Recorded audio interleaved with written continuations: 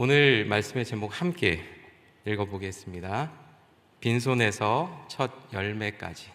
빈손에서 첫 열매까지. 네, 잠시 손을 한번 바라보실까요? 아무것도 없으시죠? 그런데 그 손에는 많은 것들이 들려 있습니다. 건물이나 토지가 될 수도 있겠고요, 예금이나 적금 통장이 될 수도 있겠습니다. 자녀와 건강이 있고 또 일자리가 있습니다. 어떤 분의 손은 제법 무겁게 느껴질 것이고요, 어떤 분은 비교적 가볍게 느껴질 것입니다. 그러나 저는 그 무게를 묻지 않으려 합니다. 다만 이렇게 묻고 싶습니다. 그것은 누가 손에 놓아주신 겁니까? 우리는 한 가지 대답을 멋지게 연습해 왔습니다. 내가 만든 결과입니다. 내 영혼을 갈아 넣었습니다. 누구의 도움 없이 내 힘으로 여기까지 왔습니다. 이 대답은 우리를 서게도 하지만 동시에 우리를 지치게도 합니다. 젊은 세대는 이 말에 짓눌려 살고 있습니다. 비교하고 끝없이 스펙을 쌓고, 그러고도 내 노력이 부족했다고 탓하면서 살아갑니다. 나이가 조금 있는 세대라고 해서 다르지는 않은 것 같습니다. 평생을 이 집안을 위해서 내가 헌신했고 많이 일으켰다, 이러한 자부심과 위안으로 지금까지 버텨오셨을 것입니다. 그러나 가만히 들여다보면 우리 가운데 자기가 선 자리를 오롯이 혼자의 힘으로 만든 사람은 아무도 없을 것입니다.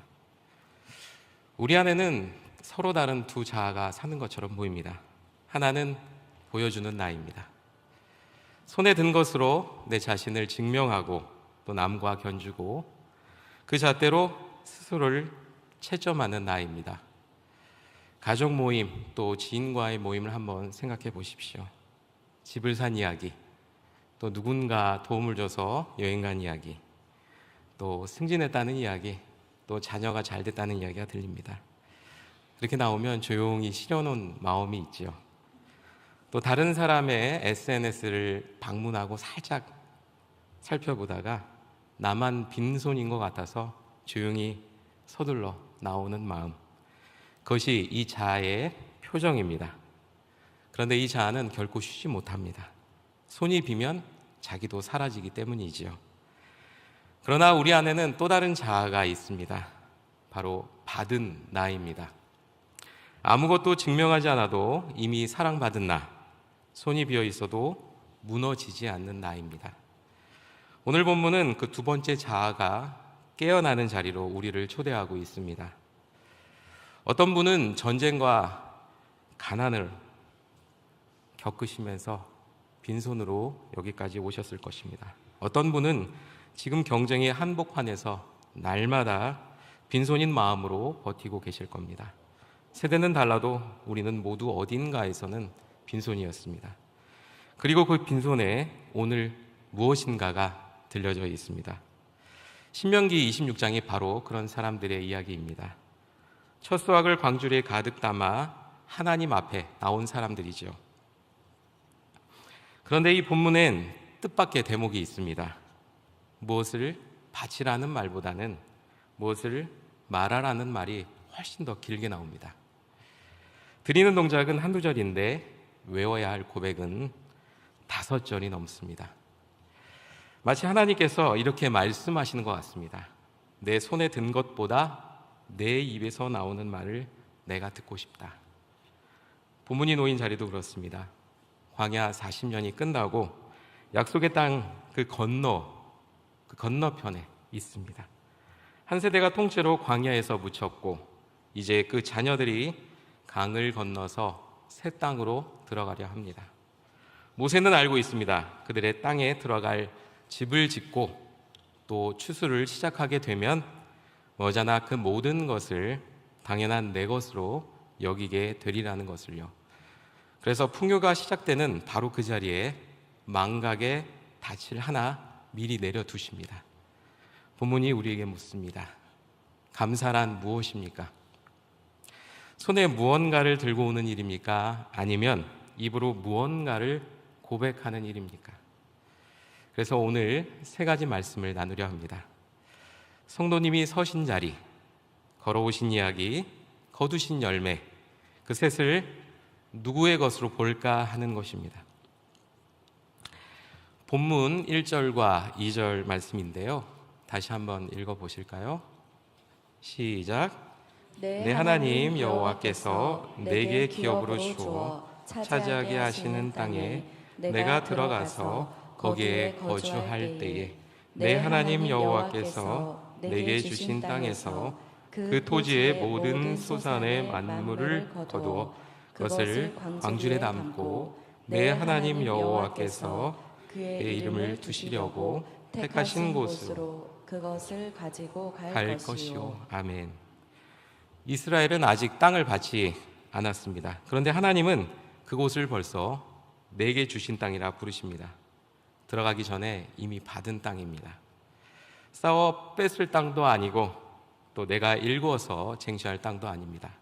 받아서 들어가는 땅입니다. 성경은 이렇게 순서를 분명히 하고 있습니다. 나의 수고가 먼저가 아니라 하나님의 주심이 먼저라는 것이지요.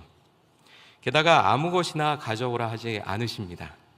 만물, 곧 첫 열매입니다. 농부에게 첫 열매가 어떤 의미일까요? 한 해 농사가 헛되지 않았다는 증거이고 또 앞으로 거둘 모든 것의 보증이기도 합니다. 마음 같아서는 첫 나온 것들을 소중한 사람과 함께 나누거나 아니면은 곳간에 넣고 싶을 것입니다. 곧 흉년이 들지 모르니 또 가장 확실한 것부터 챙겨두고 싶은 것이 사람의 마음입니다. 그런데 하나님은 그 첫 열매, 가장 아깝고 가장 안심이 되는 그것을 먼저 들고 나오라고 하십니다. 감사는 쓰고 남은 것으로 하는 것이 아닙니다. 가장 좋은 것을 가장 먼저 떼어놓는 결단이 감사이지요. 첫 수확을 들고 나온 사람이 제사장 앞에서 외치는 첫 마디를 한번 보십시오. 3절 말씀인데요. 이런 말씀입니다. 내가 이 땅에 이르렀나이다. 내가 농사를 참 잘 지었습니다. 이렇게 외치지 않습니다. 내가 여기까지 왔습니다입니다. 자기의 노력이 자랑이 아니라 마침내 도착했다는 고백입니다. 광야에서 죽지 않았고 또 길을 잃지 않았고 마침내 여기 이르렀다는 안도와 경탄이 그 한마디에 담겨 있습니다. 그래서 첫 번째 말씀을 함께 읽도록 하겠습니다. 내가 선 이 자리는 내가 만든 것이 아닙니다. 내가 선 이 자리는 내가 만든 것이 아닙니다. 네, 몇 해 전에 우리 사회를 조용하게 흔든 책이 있습니다. 바로 하버드 대학의 마이클 샌델 교수가 지은 저서 공정하다는 착각입니다.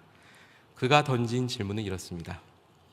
성공이 온전히 내 노력의 결과라고 믿는 순간 사람에게는 과연 무슨 일이 일어나는가입니다. 성공은 사람을 교만하게 만들지요. 내가 잘나서 내가 탁월해서 얻은 것이다. 이렇게 말해줍니다. 그리고 그 결과에 맞춰서 자신의 이야기를 아름답게 포장하게 만듭니다. 반대로 실패한 사람은 모멸감에 짓눌려 삽니다. 그런데 샌델 교수는 말합니다. 내가 가진 재능, 내가 태어난 환경과 이 시대, 또 나를 알아봐 준 사람들, 그 어느 것도 내가 고른 것이 아니라고 말합니다. 가장 내 것 같은 능력조차 실은 받은 것이라는 것이죠. 그런데 이 통찰은 훨씬 오래전에 성경에서 말하는 것입니다. 성경은 이미 그 자리를 은혜라고 불러왔습니다. 헨리나우에는 렘브란트가 그린 탕자의 귀향, 그 그림 앞에서 며칠을 서 있었다고 하죠. 그림 속 아버지가 아들의 등에 얹은 그 두 손을 바라보다가 그는 놀라운 것을 발견합니다. 왼손과 오른손의 모양이 다르다는 것이지요. 하나는 굳세게 붙는 아버지의 손이고 다른 하나는 부드럽게 감싸는 어머니의 손입니다. 그런데 나우에는 그것에 멈추지 않았습니다. 그를 흔들었던 것은 그 다음이었습니다. 그는 자기가 오랫동안 방탕하게 살다가 회개하고 돌아온 작은 아들인 줄 알고 있었는데 알고 보니 큰 아들이었다는 것입니다. 팀 켈러도 탕부 하나님에서 같은 자리를 짚었습니다. 이 비유에는 잃어버린 아들이 하나가 아니라 둘이라는 것이지요. 집을 나간 아들만 길을 잃어버린 것이 아닙니다. 집에 남아 성실하게 일하며 나는 아버지의 명을 어긴 적이 없습니다, 이렇게 말하던 그 아들도 길을 잃어버리고 말았습니다. 그는 아버지의 사랑을 받은 것이 아니라 번 것으로 여겼기 때문입니다. 그래서 동생이 잔치에 들어갈 때에 그는 문 밖에 서 있었습니다. 이것이 왜 중요한 것일까요? 모든 것을 내가 만들었다고 믿는 사람들은 결국 두 감옥 가운데 하나의 감옥에 갇히게 때문입니다. 잘 나갈 때는 교만이라는 감옥에, 또 실패할 때는 자책이라는 감옥에 갇히게 됩니다. 그런데 여러분, 두 감옥의 열쇠는 똑같이 하나입니다. 이것은 받은 것이다. 받은 줄 아는 사람은 잘 될 때 우쭐을 하지 않습니다. 그리고 안 될 때 무너지지도 않습니다. 자기 인생의 무게를 자기 어깨에 지지 않기 때문입니다. 밤낮 없이 공부하고 또 알바를 하면서 어렵게 자격을 취득한 청년이 떠올랐습니다. 기업과 근로자 양측을 이제 대상으로 법률 자문과 또 행정 절차를 대리하고 분쟁을 조정하는 아주 어려운 그런 일을 대신하는 그 자격을 취득한 청년이었습니다. 그 몇 해 동안 사람들과의 관계도 또 하나님과의 관계도 미뤄두었습니다. 경력을 어느 정도 쌓고 나면 그때 이제 교회에서 제 몫을 다하겠다고 그렇게 미루며 몇 년을 보냈습니다. 그런데 어느 날 그가 말하길 몸과 마음이 소진되었다고 합니다. 이게 다 무슨 의미가 있나? 모든 것을 자기가 이끌어왔다고 믿었기에 그 무게가 고스란히 자기 어깨를 짓누른 것이죠. 우울과 공허로 한참을 앓고 저와 이야기를 나누다가 후에 자기의 삶을 하나님 안에서 다시 읽어내며 천천히 일어섰습니다. 또 한 분을 생각합니다. 아버지 사업이 무너져서 방 한 칸 사글세에서 내 가족이 살았고 가난에서 벗어나겠다는 일념으로 평생을 달려오신 이제 예순이 되신 분의 이야기입니다. 젊은 날에는 새벽마다 교회 나가는 어머니를 보면서 저렇게 빛나고 도대체 무엇이 이루어지나 한심하게 여겼다고 합니다. 평생 내가 이 집안을 또 내가 다니는 회사를 일으켰다는 자부심으로 살아오셨는데 은퇴하고 명함이 사라지던 날 자신이 텅 빈 것 같다고 말씀하셨습니다. 바로 이룬 것이 나였기 때문입니다. 그것이 손에서 빠져나가자 자기 자신마저 함께 빠져나간 것입니다. 그러나 이것은 내가 만든 것이 아니라 받은 것임을 아는 사람은 다릅니다. 받은 사람은 그것이 떠나가도 쉽게 무너지지 않습니다. 주신 분이 여전히 나의 곁에 계시기 때문입니다. 성경은 이 위험을 이미 오래전에 알았습니다. 신명기 8장에서 하나님은 이렇게 경고하십니다. 요약을 제가 읽어드리겠습니다. 내가 먹어서 배부르고 아름다운 집을 짓고 거주하게 되며 내 마음이 교만하여 내 능력과 내 손의 힘으로 내가 이 재물을 얻었다 말할까 하노라. 아멘. 신명기 8장 12절에서 17절 말씀을 요약해서 읽어드렸는데요.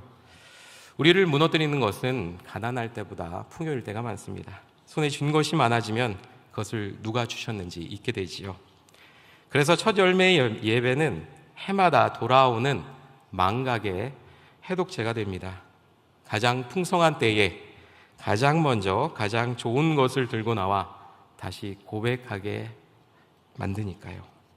이것은 제가 만든 것이 아닙니다. 그저 받은 것입니다. 사무엘도 그랬습니다. 블레셋을 이긴 뒤에 돌 하나를 세우고 그 이름을 에베네셀이라 불렀습니다. 여호와께서 여기까지 우리를 도우셨다. 아멘. 내가 이겼다가 아닙니다. 여기까지 도우셨다입니다. 승리를 자랑하는 것이 아니라 지나온 길 전체를 돌아보는 것입니다. 그러니 오늘 여러분께서 살아오신 그리고 지금 서 있는 자리를 한번 살펴보십시오. 그 일자리도, 그 가정도, 그 건강도, 그 자녀도, 이 예배 자리까지도 허락하신 것, 바로 받은 것입니다. 그것을 인정하는 순간 교만은 감사로 바뀌고 모멸감은 위로와 평안으로 바뀌는 것을 경험할 수 있습니다. 그것이 바로 감사의 출발점입니다. 본문 5절인데요. 함께 읽어보실까요? 시작. 너는 또 내 내 하나님 여호와 앞에 아뢰기를 아뢰기를 내 조상은 방랑하는 아람 아람 사람으로서 사람으로서 애굽에 내려가 거기에서 소수로 거류하였더니 거기에서 크고 강하고 번성한 민족이 되었는데. 아멘. 이제 광주리를 내려놓은 사람이 입을 엽니다. 보십시오. 가장 풍성한 것을 손에 들고 와서 가장 초라했던 시작을 입에 올리고 있습니다. 내 조상은 방랑하는 아람 사람으로서. 방랑하는으로 옮겨진 히브리어 오베드는요, 여기저기 떠돌았다는 말이 아닙니다. 그 어근은 길을 잃다, 사라지다입니다. 떠돌다가 아니라 길을 잃다, 사라지다입니다. 시편 기자가 이른 양같이 내가 유리하오니 할 때 썼던 바로 그 단어입니다. 목자가 없으면 바로 사라져 버릴 양, 그것이 우리의 시작이었습니다. 한 저명한 구약학자는 이 5절에서 앞으로 읽을 이 9절까지의 말씀을 이스라엘의 작은 신족, 곧 온 백성이 함께 외운 신앙 고백문이라고 했습니다. 언제 만들어졌는지를 두고 학자들마다 의견이 좀 갈리고는 있지만, 그러나 분명한 것은 이것이 한 개인의 즉흥적인 감상이 아니라 하나님께서 친히 이렇게 아뢰라고 정해주신 낭송문이라는 것입니다. 우리 예배에 사도신경과 주기도문이 있는 것처럼 이스라엘에게는 이 고백이 있었습니다. 훗날 유대인들은 첫 열매 광주리를 지고 와서 성전에 올라와 이 구절을 그대로 읊었다고 합니다. 해마다 첫 열매를 들고 올 때마다 떠돌이에서 시작해서 여기까지 온 그 이야기를 처음부터 다시 소리내어 읊었습니다. 잊지 않기 위해서입니다. 자, 6절에서 7절 말씀인데요. 눈여겨볼 단어가 있습니다. 5절까지는 내 조상이라고 불렀습니다. 그런데 6절에 보시면 슬그머니 우리로 바뀝니다. 이 고백을 외우는 사람은 정작 애굽에서 종살이를 한 적이 없던 사람들입니다. 그런데도 애굽 사람이 우리를 괴롭혔다, 우리를 부르짖어, 그리고 우리가 부르짖었다, 이렇게 고백하고 있습니다. 조상의 이야기를 남의 이야기로 돌리지 않고 자기 이야기로 끌어안고 고백한 것입니다. 수백 년 전 조상이 흘린 눈물을 마치 내가 흘린 것처럼, 조상이 건져진 그 구원을 마치 나를 건지신 일처럼 고백하고 있습니다. 신앙이란 하나님이 하신 일을 나의 이야기로 받아들이고 고백하는 것입니다. 그래서 두 번째 말씀을 함께 읽도록 하겠습니다. 시작. 여러분의 이야기를 잃어버리지 마십시오. 네. 어거스틴 잘 알고 계시죠? 이 고백록은 기독교 역사에서 가장 유명한 자서전일 것입니다. 자서전인데 자랑이 하나도 없습니다. 처음부터 끝까지 자기가 얼마나 길을 잃었는가를 기록하고 있습니다. 훔쳤던 벼에 몇 개, 또 방탕했던 청년기, 헛된 야망, 그리고는 그 기억의 길을 하나 둘씩 되짚어 갑니다.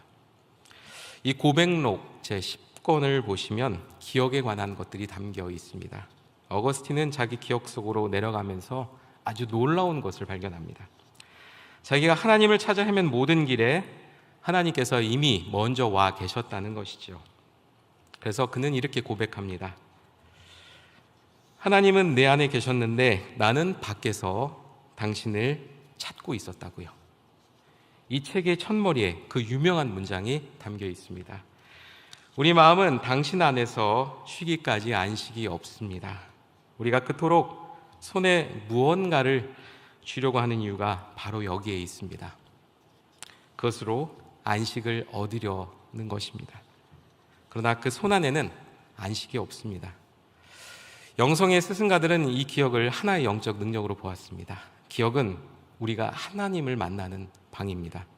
사람이 자기 안으로 깊이 들어가서 자기가 지나온 길을 더듬어 갈 때 놀랍게도 거기서 우리보다 먼저 그 길에 계셨던 하나님을 만나게 됩니다.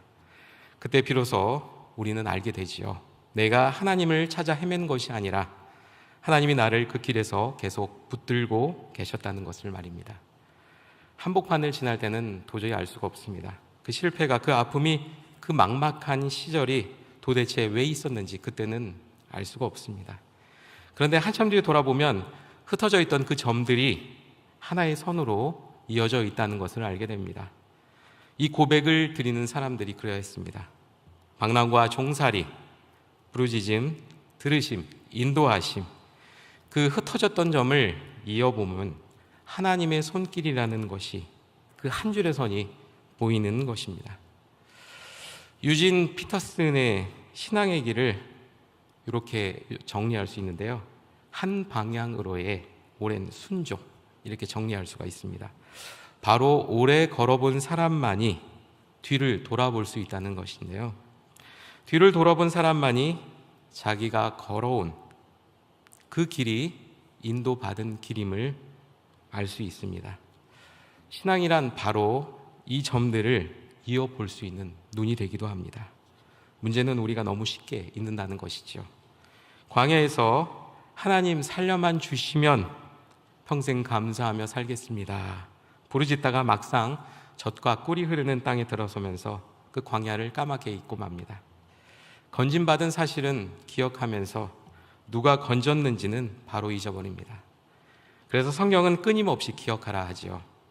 신앙의 반대말은 의심만이 아니라 망각이기도 합니다.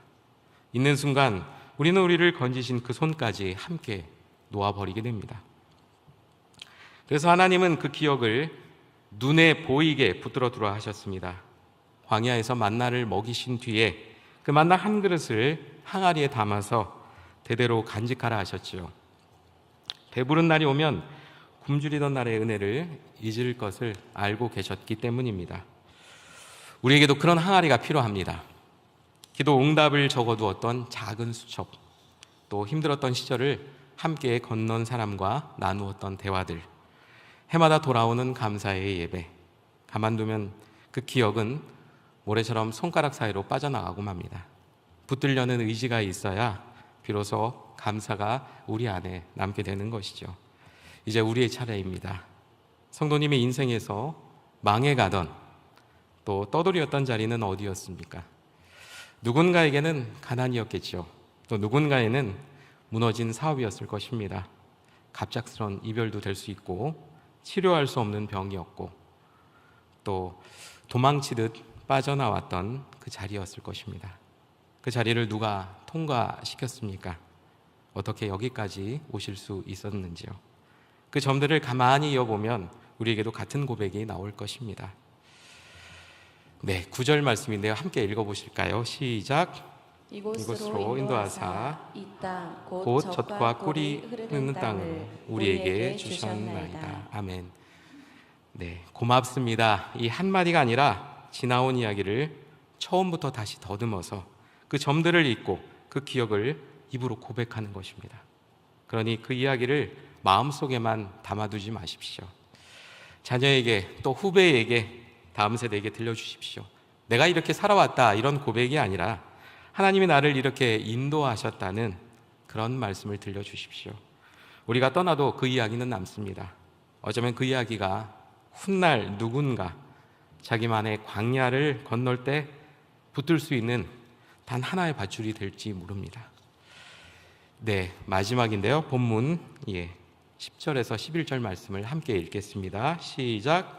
여호와여, 이제 내가 주께서 내게 주신 토지 소산은 만물을 가져왔나이다 하고 너는 그것을 내 하나님 여호와 앞에 두고 내 하나님 여호와 앞에 경배할 것이며 내 하나님 여호와께서 너와 내 집에 주신 모든 복으로 말미암아 레윈과 너희 가운데에 거류하는 객과 함께 즐거워할지니라.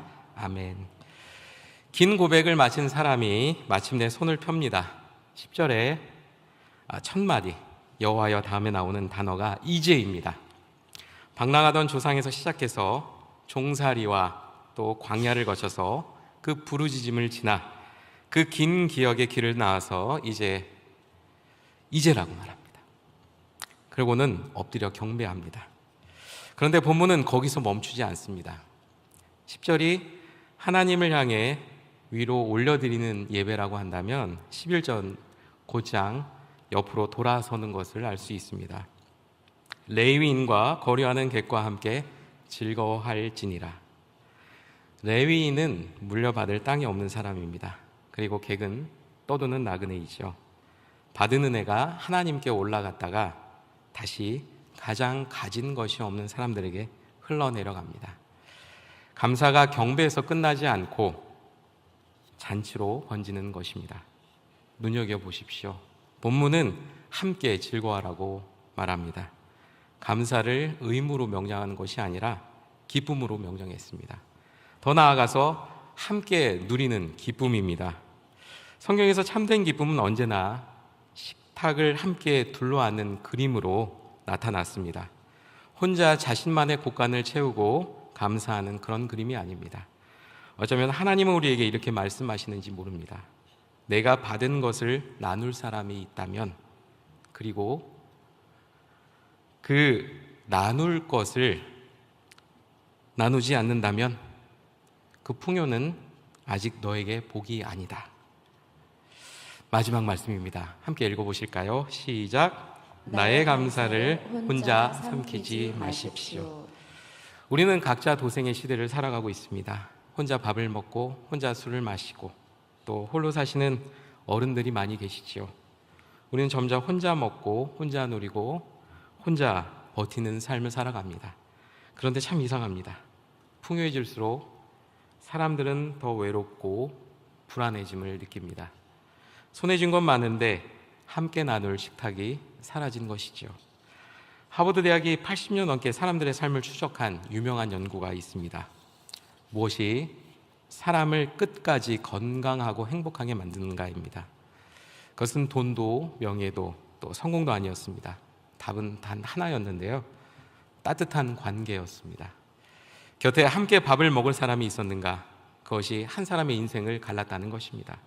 그런데 성경은 이 결론을 이미 오래전에 알고 있었습니다. 진짜 수학은 광주리에 남긴 곡식이 아닙니다. 그 광주리를 둘러앉아 함께 웃고 있는 사람들입니다. 예수님을 떠올려 보십시오. 예수님은 늘 식탁에 계셨습니다. 세리와 죄인의 밥상에 앉으셨죠. 손가락질 받던 자들과 함께 잡수셨습니다. 사람을 고치신 자리도 또 가르치신 자리도 많은 경우 누군가와 함께 밥을 나누던 그 식탁의 자리였습니다.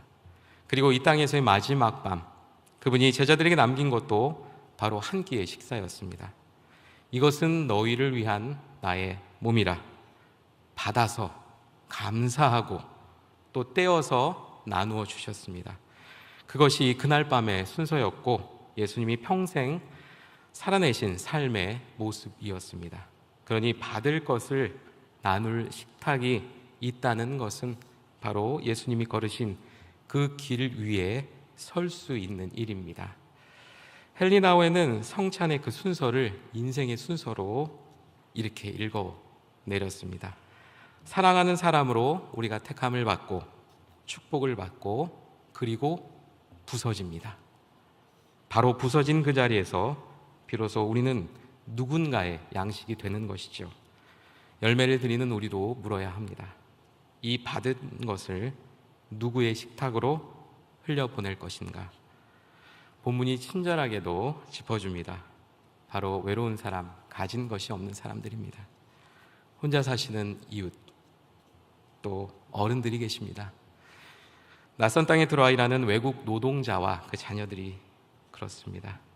우리 뒤를 이어 자라는 다음 세대, 그리고 아직 하나님을 만나지 못한 이곳 일산의 이웃들입니다. 전화 한 통, 밥 한 끼, 곁을 잠시 내어주는 것, 받은 것을 한 뼘이라도 옆으로 흘려보내는 그 작은 일에서 우리의 감사는 비로소 살아서 움직이기 시작합니다. 말씀을 마칩니다. 욥이 말했습니다. 내가 모태에서 빈몸으로 나왔으니 또한 빈몸으로 돌아가리라. 주신 이도 여호와이시여 거두신 이도 여호와이시라. 사랑하는 성도 여러분, 우리 모두 빈손으로 왔습니다. 그리고 언젠가는 다시 빈손으로 돌아갑니다. 빈손과 그 빈손 사이, 그 짧은 한 생에 우리 손을 거쳐가는 모든 것이 사실 단 하나도 우리가 만든 것이 아닙니다. 잠시 맡겨진 것입니다.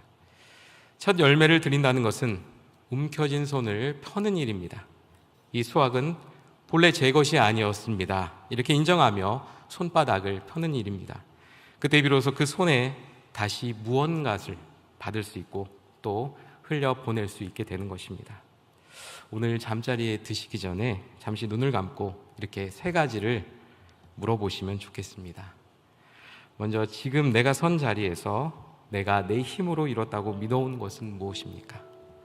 또 그것을 오늘 받은 것이라 다시 부를 수 있겠습니까? 다음으로, 내가 잊고 지냈던 나의 광야는 어디였습니까? 물어보셨으면 좋겠습니다. 그때 나를 건지신 손을 나는 지금도 기억하고 있는지요? 마지막으로, 지금 내 손은 어떤 모양입니까? 물어보셨으면 좋겠습니다. 혹시 움켜쥐고 계시다면 무엇이 나를 그토록 움켜쥐게 만드는 것인지 한번 생각해 보셨으면 좋겠습니다. 그 움켜진 것 때문에 정작 받아야 할 다른 무언가를, 또 나누어야 할 무언가를 나는 놓치고 있지 않은지 이렇게 질문하셨으면 좋겠습니다. 빈손이던 우리를 여기까지 데려오신 분이 계십니다. 우리가 잘나서가 아니라 그저 하나님께서 여기까지 도우셨기 때문입니다. 움켜진 그 손을 펴시고 걸어온 이야기를 기억하시고 또 받으신 것들을 흘려보내면서 그 위에 우리의 남은 날을 첫 열매처럼 하나님께 올려드리는 것, 그것이 빈손에서 첫 열매까지 걸어온 그런 사람이 드릴 수 있는 가장 아름다운 예배일 것입니다. 그 예배를 드리는 성도님 모두 되시기를 축원합니다.